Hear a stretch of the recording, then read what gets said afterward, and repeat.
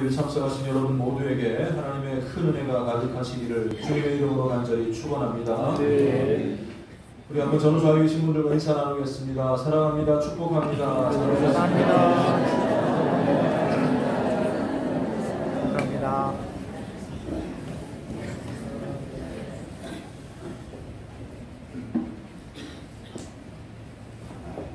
동물농장이라는 책으로 유명해진 영국의 작가 조지 오웰은 지금으로부터 약 80년 전 1948년에 그 해에 1984라는 그런 작품을 썼습니다.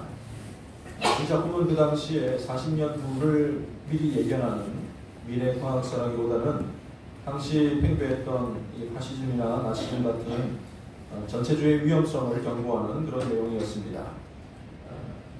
지금의 시대를 반영한다고 1948 하면 조금 위험할까봐 그 숫자를 바꿔서 84라고 했을 뿐입니다. 이 소설에 등장하는 빅브라더라는 존재는 모든 정보를 다 독점하면서 텔레스크린을 통해서 사회 곳곳을 감시하고 특별히 개인의 모든 사생활을 침해하는 것으로 나오게 됩니다. 모든 말과 행동을 통제하고 그것을 점검하고 걸러내며 또 사람들은 통제를 받습니다. 그런데 아이러니하게도 결국에는 이 빅브라더를 추종하는 그런 일이 벌어지게 되는 거죠. 그런데 1984년도로부터도 근 40년이 지난 오늘날에 와서는 말 그대로 실제적인 이 빅브라더가 존재하게 된 것 같습니다. 누군가가 마음 먹고 우리 각 사람을 지켜본다고 하면 우리의 사생활은 거의 다 노출되어 있다는 것을 알게 됩니다. 거리마다 건물마다 CCTV가 달려있지 않은 곳이 없습니다. 범죄자들을 추격할 때도 또 뺑소니범을 잡을 때에도 CCTV 잘 돌려보면 어디서 출발했고 어디서 사고가 나고 어디에서 문제가 생겼고 어디로 도망갔는지까지 잡아낼 수 있는 그런 시대입니다. 한 사람의 모든 생활 동선이 다 드러나게 되는 것이죠. 심지어 우리가 휴대하고 다니는 이 휴대전화라든지 스마트폰이나 집안에 설치된 물론 오래된 TV는 예외이지만 안면 인식하고 이렇게 아주 스마트한 그런 TV를 통해서도 오히려 우리가 역으로 감시당할 수 있는 그런 무서운 세상을 살아가고 있습니다. 실제적으로 내가 TV를 보고 앉아 있지만 상대방에서 마음을 먹으면 나를 지켜보는, 나를 이렇게 감찰하는 그런 도구가 될 수 있다는 것입니다. 물론 나쁜 이렇게 안 좋은 일들만 있는 것은 아닙니다. 물론 억지 강요된 정직인지 모르겠지만 요즘은 현금 출납비나 혹은 길에 떨어진 물건들을 함부로 주워간 사람들이 없잖아요. 저 같으면 야 하나님이 나한테 선물하셨나 보다 이렇게 생각하는지 모르겠지만 지금은 그걸 가져갔다가는 큰일 나지 않겠습니까?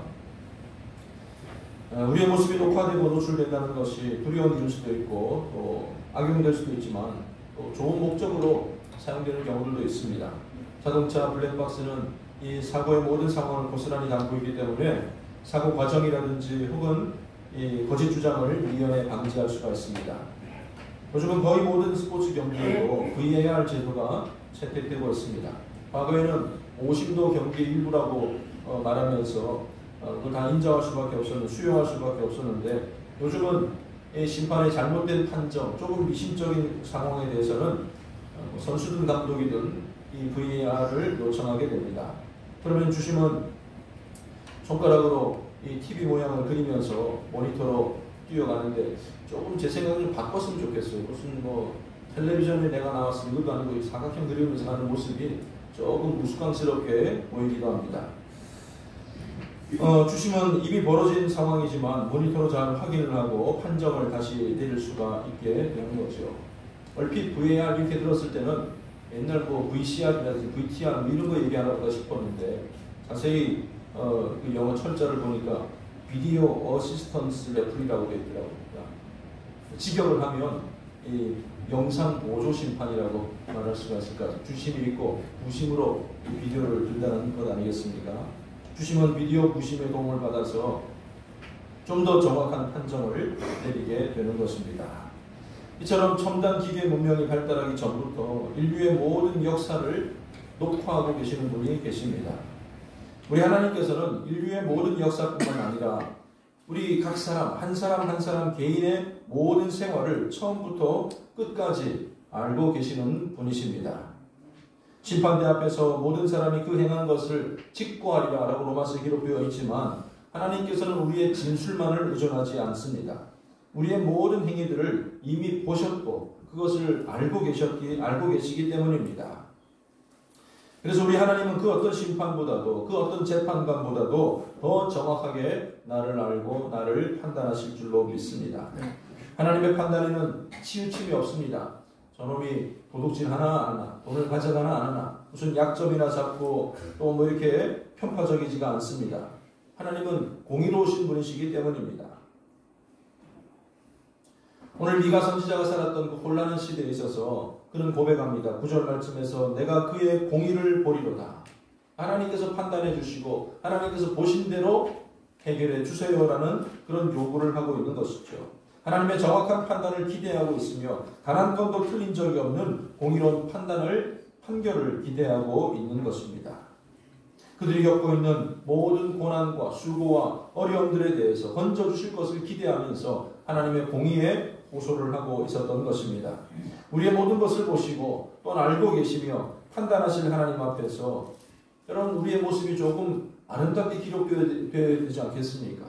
하나님 보시기에도 참 사랑스럽게 그렇게 녹화되어야 되지 않겠습니까? 남은 생애를 사는 동안에도 온전한 마음과 행동으로 신앙생활을 해나갈 수 있는 저와 여러분들의 모든 모습이 되시기를 주님의 이름으로 간절히 부탁을 드립니다. 하나님의 공의로운 판단 앞에서 사실 모든 의인들조차 허물을 감출 수가 없습니다. 성경을 보면 하나님을 만났던 거의 모든 사람들의 한결같은 반응은 두렵다 혹은 부끄럽다, 죄송스럽다라는 그런 표현들을 볼 수가 있습니다. 최초로 범죄하였던 아예 노골적으로 범죄하였던 아담과 하와는 말할 것도 없으며 아브라함이라든지 모세도 마찬가지였습니다. 사사기에 등장하는 거의 대부분의 사사들도 마찬가지였고 이사야나 예레미야 같은 훌륭한 선지자들도 하나님을 대면하였을 때에 내가 이제 하나님을 보았으니 내가 이제 죽게 되었구나 라고 고백하였던 것을 보게 됩니다. 그 어떤 깨끗한 삶을 살고 윤리적인 삶을 살았다 할지라도 거룩하신 하나님 앞에서는 우리의 깨끗함을 주장할 수가 없는 것입니다. 그럼에도 불구하고 우리에게 소망이 있는 것은 죄로 인해서 내 양심이 가책을 받고 마음이 무너진다 할지라도 오늘 본문 8절 말씀에 나오는 것처럼 의인은 엎드러질지라도 일어나게 될 것이다. 아멘. 죄로 인해서 내가 부끄러워서 고개를 숙이고 엎드러진다 할지라도 하나님께서 우리를 일으켜 주실 줄로 분명히 믿습니다. 아멘. 하나님이 우리의 일거수일투족을 관찰하시고 그 모든 것을 다 기억하고 계시는 이유는 우리를 고발하고 네가 그랬지 라고 그냥 심판하기 위한 그것이 심판의 최종의 목적이 아니라는 것이죠.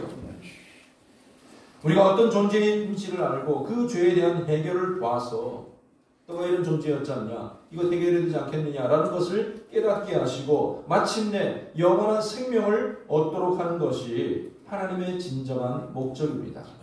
이놈들 나쁜 놈들 그럴 것 같으면 애초에 아담 이후부터 다 쓸어버릴 것이 하나님께서는 기회를 주시고 한 사람이라도 더 구원하기를 원하고 한 사람이라도 더 돌아오기를 원하는 것이 하나님의 마음이라는 것입니다.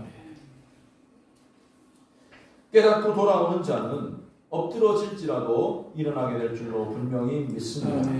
실제로 이 미가 선지자 당시에는 이스라엘은 죄로 가득하였습니다. 하나님을 의지해야 될 하나님의 민족들이 오히려 주변의 아수르를 의지하고 강대국을 의존합니다. 나라가 어수선한 틈을 타서 부자들은 자기 배를 채우게 급급합니다. 이 고리대금을 하여서 비난자들을 더욱더 공경에 처하게 만들었습니다. 가난한 자들은 불평, 불만, 원망이 가득하였습니다. 이런 일들의 결과로 인해서 이스라엘은 바벨론의 침략을 받고 대부분의 사람들은 포로로 끌려가게 될 것입니다. 의인들이 말 그대로 엎드러진 것입니다. 어쩌면 그들의 죄에 대한 대가로 이 모든 일이 이루어지고 말았습니다. 그러나 하나님께서는 자기 백성들을 그대로 버려두지 않으신다는 말이죠. 그들로 하여금 일어나도록 해주실 것입니다. 하나님이 그들의 빛이 되사 빛을 발하는 민족으로 세워주시겠다는 이 선지자 입술을 통해 주시는 하나님의 약속의 말씀을 들을 수가 있습니다. 그런데 우리가 다시 일어서기 위해서는 우리가 죄를 깨닫는 것으로 끝나는 것이 아닙니다. 거기에 대한 분명한 매듭이 있어야 되는 것인데, 분명한 해결을 봐야 되는 것인데, 우리 스스로는 할 수 있는 부분이 없다는 것이죠. 하나님의 공의를 만족시킬 수 있는 분은 하나님 자신밖에 없습니다.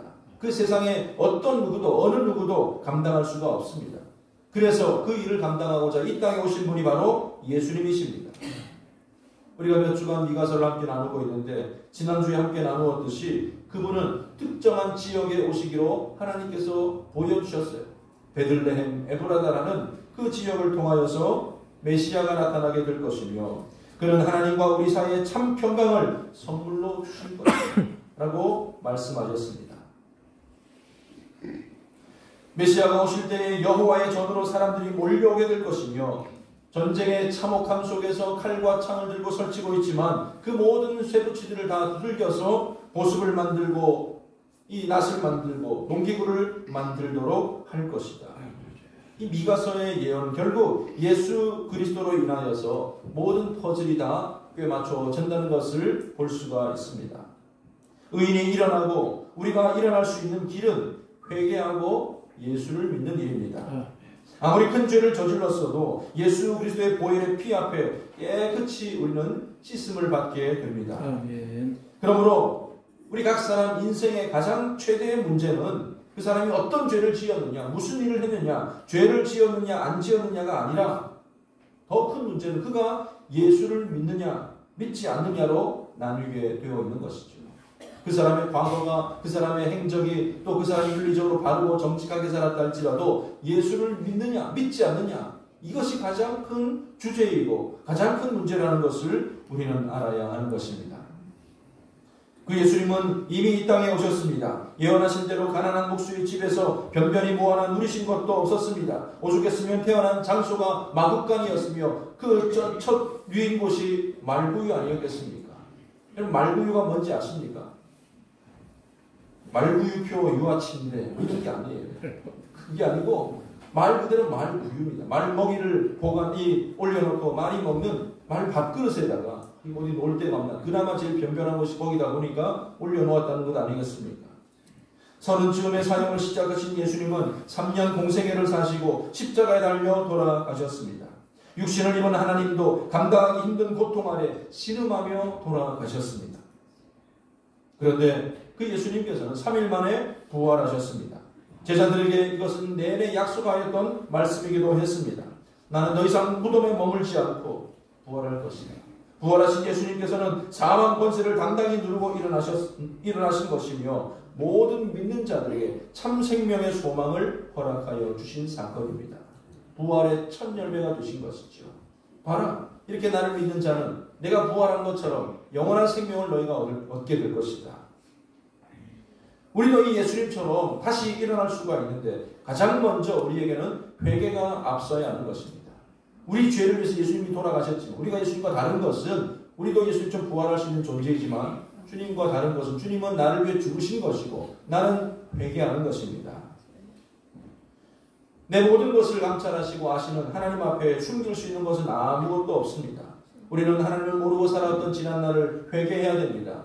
하나님을 믿지만 우리 마음속에 도사리고 있는 그 죄악들을 억누르지 못한 그 모든 부분들까지도 우리는 하나님께 회개해야 할 것입니다. 그리고 그 마음 가운데 예수님을 영접해야 합니다. 예수님을 어디로 모실 것인가? 바로 내 마음 속에 예수님을 모셔야 합니다. 여러분, 하나님을 영접한다는 것, 예수님을 영접한다는 것 어떤 걸까요? 마음을 이렇게 깨끗하게 비우고 참선하고 폭포수가 흐르는 막 맑은 곳에서 내 정신을 수양하고 예수님 들어오세요. 무슨 접신 이런 개념이 아닙니다. 예수님을 영접한다는 것은 일단 내가 회개를 하고 예수님을 믿습니다. 예수님께서 행하신 일과 약속하신 것을 믿습니다. 좀 더 구체적으로 말하면 예수님께서 십자가에 나를 위해서 죽으신 그 사건을 믿고 예수님께서 부활하신 것처럼 나를 자녀 삼아주시고 나도 부활하여 하나님의 나라에 들어가게 될 것을 믿습니다. 그것이 바로 예수님을 모시는 일이 되는 거예요. 물론 개인적으로 어떤 뜨거운 사모한 마음이 있어서 다른 어떤 그런 영적인 현상들이 나타날지 모르겠지만 꼭 마음이 붕 떨리고 그냥 몸에 열이 나고 방언을 하고 이렇게 하지 않더라도 내가 예수님을 믿고 전심으로 그 일을 받아들이고 인정하는 것이 바로 예수님을 영접하는 행위라는 것입니다. 너무나도 단순하고 너무나도 간단하고 내가 구원받는 그 일에 대해서 내가 한 일이라고는 전혀 없잖아요. 주님이 하신 일을 믿고 받아들임에도 불구하고 그 간단한 작업을 통해서 하나님은 우리를 자녀 삼아주시고 영생이라는 선물을 우리에게 허락하여 주신다는 말씀입니다. 오늘 본문의 언어로 말하자면 그 사람은 엎드러질지라도 일어나게 될 줄로 분명히 믿습니다. 아멘. 과거에 어두운 데 앉아 있었다 할지라도 그는 바로 평강의 빛이 될 수 있다는 말입니다. 그러나 악인들은 끝내 일어서지 못하고 엎드러져 밟히게 된다라고 10절에 말씀하고 있습니다. 이 악인들의 공통점은 하나님을 인정하지 않습니다.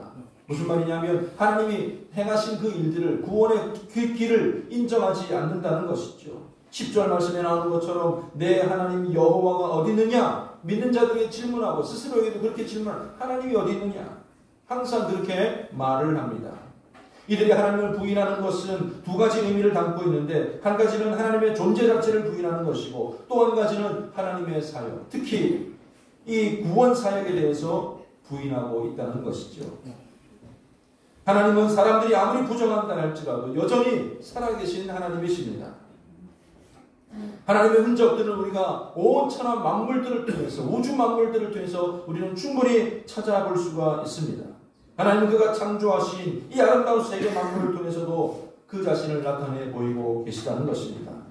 말로 형언할 수 없는 이 아름다운 자연 만물을 통해서 우리는 하나님의 오묘하신 솜씨와 놀라운 능력을 볼 수 있지만 악인들은 똑같이 그것을 보면서도 하나님을 부정하는 거예요. 무슨 소리야? 자연적으로 생겼지. 우연히 생긴 거지. 가설에 또 가설을 더하고 그렇게 하면서 하나님을 결국에는 부정합니다.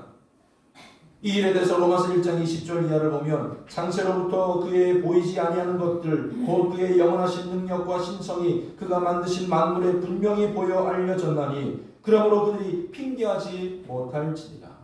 봤잖아요. 하나님이 아니고서는 할 수 없다는 것을 알면서도 그들은 다른 것으로 부정하고 부인하다가 결국에는 하나님 앞에 서는 날 핑계치 못하리라.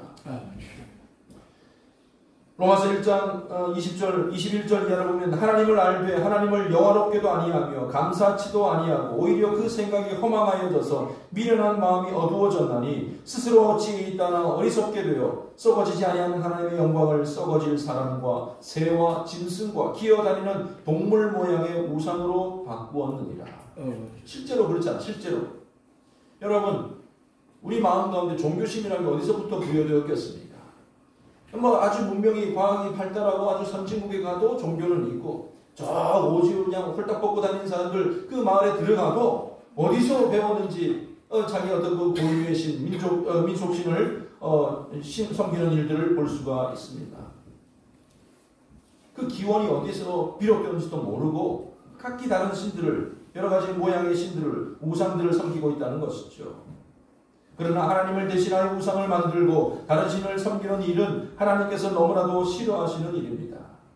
이들은 거리의 진흙같이 마침내 짓밟히고 말 것입니다. 하나님을 부인하는 자, 하나님을 없다는 자는 바로 그와 같이 버림을 받게 된다는 것입니다. 또한 그 악인들은 하나님의 사역에 대해서도 의심하는 자들인데 특별히 십자가의 구원의 사역, 예수 그리스도의 사역에 대해서 부정합니다. 구원의 길이 주어지지 않았을 때에는 아무런 대책도 없다가 우리가 어떻게 구원을 받는지도 모르고 살다가 구원의 길을 열어놓으니 다른 얘기하는 거죠. 왜 이 길만이 구원의 길이냐? 대꾸하는 사람들입니다. 왜 예수님이 길과 진리이며 왜 십자가의 죽은 자를 믿어야 하며 왜 그분의 피가 과연 그런 효과를 낼 수 있는가? 의심하며 믿지 않습니다. 그 길마저 차단하려 듭니다. 가장 많은 전도의 열매를 맺었던 바울 사도가 이 지성인들의 모여있는 아테네에 가서 전도할 때 어떤 일이 벌어졌습니까? 철학자들이 어떤 반응을 하였습니까? 복음을 듣고서도 구원의 길을 제시하였음에도 불구하고 그것을 많은 이론들 중에 하나, 재미있는 이야기들 중에 하나로 여겼습니다. 사도행전 17장 18절 말씀 보면 어떤 에피쿠로스와 스토아 철학자들이 바울과 쟁론할세 어떤 사람이 이르되 이 말쟁이가 무슨 말을 하고자 하느냐. 어떤 사람은 이르되 이방 신들을 전하는 사람인가 보다 하니 이는 바울이 예수의 부활을 전하기 때문이라라. 복음의 정수, 복음의 핵심을 전하였습니다. 그런데 그 복음을 듣고 구원받는 길을 제시받고서도 말쟁이의 말장난처럼 여겼다는 말입니다. 그때뿐만 아니라 지금도 여전히 마찬가지입니다. 여러분, 감옥에 갇힌 사람이 풀려날 수 있는 길이 몇 가지가 있는데 자신의 형기를 다 마치든지 아니면 보석금을 내고 풀려나든지 아니면 특별 사면을 받든지 하면 되는 겁니다. 아유, 나는 뭐 그냥 집에 그냥 가고 싶어서 울적해서 다른 이 핑계를 댈 수가 없는 거예요. 왜 그래야 하는지 따질 수가 없는 거예요. 법이 그러기 때문입니다. 우리 인생을 주장할 수 있는, 우리 인생을 사면할 수 있는 유일한 분은 바로 우리 하나님밖에 없으십니다. 왜냐하면 하나님께서 우리를 지으신 분이시요 우리와 함께 영원히 계실 분이시기 때문입니다. 우리를 심판하실 자격을 갖춘 분은 하나님 한 분밖에 없기 때문입니다. 하나님께서 마련해 주신 너희가 살아날 수 있는 길이다라고 제시해 주신 그 길에 대해서 왜냐고 묻는 것 자체가 신뢰가 아니겠습니까? 그럴 의무가 전혀 없는 분이 이 못된 것들, 이 죄악된 것들하고 다 쓸어버려도 아무런 할 말을 할 수 없는 우리에게 구원의 길을 열어주신 것에 대해서 우리는 오히려 감사하며 나가야 되지 않겠습니까? 하나님께서 무슨 기분 팔아 아무 기준도 없이 그냥 뭐 살려줘라 혹은 뭐 풀어줘라 이렇게 하지 않습니다. 여러분, 하나님 놀라우신 분인데 하나님은 사랑의 하나님이십니다. 100% 사랑의 하나님이십니다. 반면에 하나님은 100% 공의로우신 분이시기 때문입니다. 그 공의와 사랑이 부딪히지 않는 방법을 우리에게 제시해 주셨는데 하나님의 공의를 만족시킬 수 있는 것은 죄 없는 의인의 죽음이었습니다. 그분이 바로 예수님이시고 그 죽음이 바로 십자가의 죽음이었던 것입니다. 우리는 그 일에 대해서 감사함으로 받으면 되는 것입니다. 나 같은 죄인을 위해서 우리 주님 죽어주셨고 날 위해 죽으신 주님을 내가 믿습니다. 간절하고 진실한 마음으로 나아가면 되는 것입니다. 그러나 끝내 받아들이지 않은 악인들은 거리에 진흙같이 밟히게 되고 말 것이다. 그들의 미래는 없습니다. 바깥 어두운 곳에 쫓겨나며 슬피 울며 영원토록 이를 갈 일밖에 없을 것입니다. 이거 억울하다. 얼마나 억울했으면 이를 막 갈겠습니까? 근데 구원의 길을 진작 가르쳐주지. 내가 몰라서 억울한 게 아니야. 아는 일인데 믿기만 하면 되는데 들어오기만 하면 되는데 그러기에 더 억울하여서 이를 갈고 슬피 우는 일이 벌어지게 되지 않겠습니까? 사랑하는 성도 여러분, 우리가 받은 구원으로 인하여서 항상 감사하며 기뻐하며 살아가시기를 바랍니다. 아멘. 또한 그 일을 이루어주신 우리 주님께 감사하며 살아가시기를 바랍니다. 하여튼 그럴 이유가 없었는데 우리 주님께서 하늘 보좌를 버리고 이 땅에 인간의 몸을 연약한 육신의 몸을 입고 오신 것 자체가 얼마나 감사하고 감동적인 일인지 주님께 감사하는 마음이 있다면 주님 만날 때까지 지속적으로 우리가 굴곡 없이 온전한 마음으로 잘 살아갈 수 있었으면 좋겠습니다. 때때로 우리가 실수하고 넘어지는 경우가 있을지도 모릅니다. 나도 모르게 어두움에 앉아 있을지도 모릅니다. 그러나 바로 그때에도 다시 일어날 수 있는 우리 모두가 되어야 할 것입니다. 어둠에 묻혀있는 빛을 다시 밝혀야 됩니다. 구원받은 하나님의 백성임을 만천하에 알리며 살아가는 것이 구원받은 자로서 합당한 우리의 모습이 될 것입니다. 그렇게 되기 위해서는 오늘 7절 말씀처럼 오직 여호와를 우러러보는 여러분들이 다 되시기를 바랍니다. 아멘. 우리의 시선이 하나님께 향해 있어야 할 것입니다. 아멘. 그런데 참 놀랍게도 삶의 모든 문제들은 신기하게도 우리를 자꾸 우리의 시선을 땅으로 이끌고 갑니다. 자녀들의 문제, 경제적인 문제, 부부 간의 문제, 사업의 문제 이런 것들은 어떻게 된 것이 나의 턱을 잡아당겨요. 그래서 자꾸만 아래쪽을 쳐다보게 하고 그 문제에 그냥 몰두하게 하고 이것이 전부이냐. 연예인들도 보면 그것이 전부이냐. 자기 삶을 끊기도 하고 극단적인 삶 어떤 그런 선택을 하고 있지 않습니까? 우리에게 문제가 없을 수는 없습니다. 그러나 그것이 나의 시선을 땅으로 고정시키지 않도록 우리는 주의해야 할 것입니다.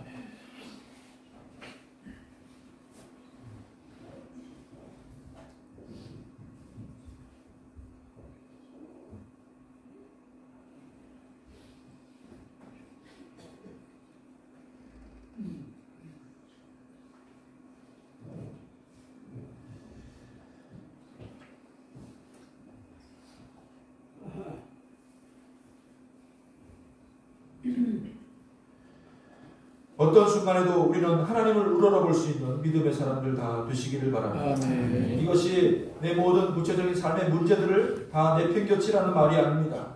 그러나 나를 구원하시는 하나님을 바라보게 될 때에 하나님이 나의 말을 귀 기울여 주실 것입니다.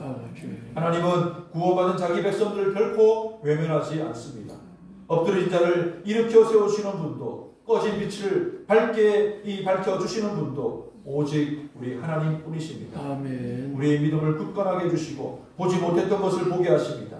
믿음의 능력은 우리가 처한 상황을 다 바꾸는 것이 아니라 우리를 먼저 바꾼다는 사실을 기억하시기를 바랍니다. 하늘을 우러러 하나님을 바라보게 될 때에 더 크고 더 긴 세월을 보게 하십니다. 더 영원한 나라를 보게 하십니다. 아직 보지 못하는 것이지만 받은 것처럼 알게 해주시는 그것이 바로 믿음입니다. 사랑하는 성도 여러분, 구원받은 우리의 모습도 하나님께서는 다 보고 계십니다. 우리가 어떤 어려움을 겪고 있는지, 어떤 갈등 속에 있는지도 다 알고 계십니다. 이제 우리는 하나님을 우러러보는 일만 남았습니다. 하나님을 온전히 바라보게 될 때에 엎드러져 있는 우리 인생이 일어나게 될 것이요, 꺼진 등불이 환하게 밝히는 일이 생기게 될 줄로 분명히 믿습니다. 나를 위해 이 땅에 오신 주님을 생각하며 온전한 믿음의 자리에 끝까지 머물 수 있는 저와 여러분들의 삶이 되시기를 주님의 이름으로 간절히 축원합니다. 기도하겠습니다. 하나님 아버지, 은혜를 감사드립니다. 아버지 하나님, 의인은 엎드러질지라도 일어날 것이요 어두운 가운데서도 빛이 될 것이라고 말씀하신 이 약속의 말씀대로 우리가 살아갈 수 있도록 주님 도와주시옵소서. 여전히 어려움이 있고 괴로움이 있고 슬픔과 좌절과 세상적인 여러 가지 문제들이 나를 잡아당긴다 할지라도 오직 여호와 하나님을 우러러보며 나를 구원하시는 하나님께 집중하며 살아갈 수 있는 믿음의 결단과 행동들이 우리 가운데 있게 하여 주시옵소서. 함께하여 주실 줄로 믿사오며 예수님의 이름으로 간절히 기도드립니다. 아멘.